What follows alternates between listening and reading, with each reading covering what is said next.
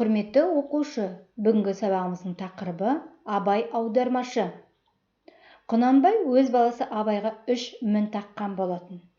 3-ші мініне мән берейік. Құнанбайдың Абайға айтқан сыны. 3-ші, орысшылсың, солай қарай ден қойып барасың, дін, мұсылман жат санайтын ескермейсің деді. Сонда Абайдың Құнанбайға айтқан жауабы. 3-ші, орысты айттыңыз. Халық үшін де, өзім үшін де дүниенің ең асылы білім өнер. Сол өнер орыста.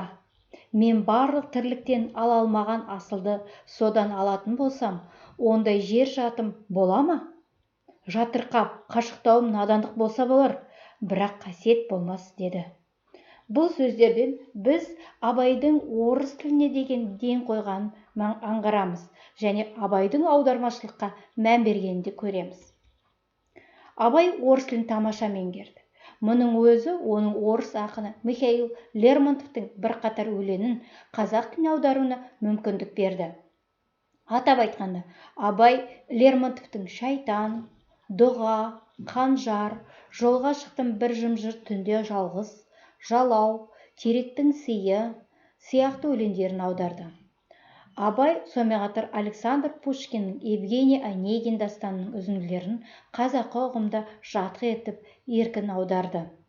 Абайдың Татьянаның хатына сөзіне шығарған Татьянаның қырдағы әні қалың елдің сүйікті әніне айналды.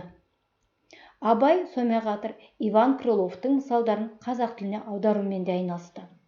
Қазақтар ұлт-азаттық қозғалысының көрнекті жетекшісі Әлихан Бөкейханов өзінің Қырғыз даласындағы әртүрлі уездерде болған кезінде ондағы ақындардың Пушкин мен Лермонтовтың Абай аударған өлеңдерін жақсы білетініне, оларды домбырада әнге қосып айтатынына көз жеткізіп қайтқанын жазады. Орыс тілінен Абай аударған шығармалар қазақ әдебиетін байыта түсті. Абай орыстың ұлы ақындарын 50-ден астам өлеңін қазақ тіліне аударды. Құрметті оқушы, осы айтылғандардың негізінде сізге берілетін тапсырма. Құнанбайдың Абайға таққан 3 сынын екеуін табу. Ол үшін Құнанбайдың Абайға айтқан 3 сынын табады, алғашқы 2-сін жазып келесіз. Бүгінгі сабақ сізге түсінікті болды деп ойлаймын. Сізге сәттілік тілеймін.